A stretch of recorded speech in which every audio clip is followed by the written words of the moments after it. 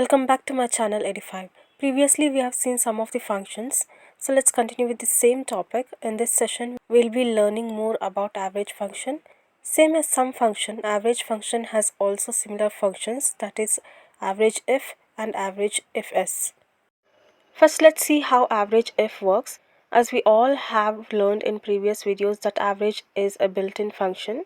The average if function is also a built-in function in Excel, which calculates the average of a range based on a true or false condition. And the syntax for that is average if of range comma criteria comma average range.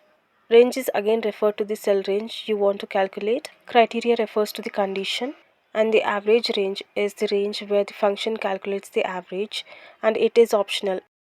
Next we have average if s function. This function calculates the average of a range based on one or more true or false condition, and the syntax for that is average if s of average range comma criteria range 1 comma criteria 1 and more. Again, the average range is the range where the function calculates the average, and here it's not optional, you have to mention average range.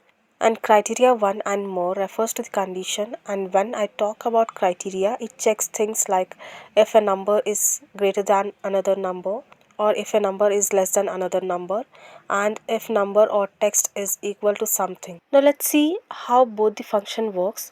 We have name column where we have item names.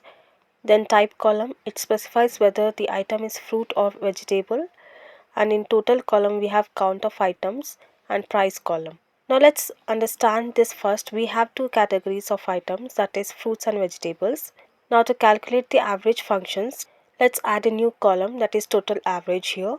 Now let's see average if function first. Follow the syntax, that is equals to average if of b2 is to b2 comma f3 comma c2 is to c2 where b2 is to b2 is range, and f3 is criteria, and c2 is to c2 is average range.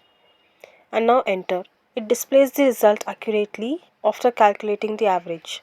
Similarly, let's see how average if s function works. That is, type as per the syntax is equals to average if s of c2 is to c2 comma b2 is to b2 comma f3 comma d2 is to d2 comma. Here you can add directly the value which you want to use as criteria, or type unique reference, but I'm going to add value directly and enter. As you can see, it displays the results after the calculation in seconds. So this was all about today. I hope you guys enjoyed this session. If you did, then please subscribe to my channel Edify and hit the bell icon for more such updates. Thank you for watching.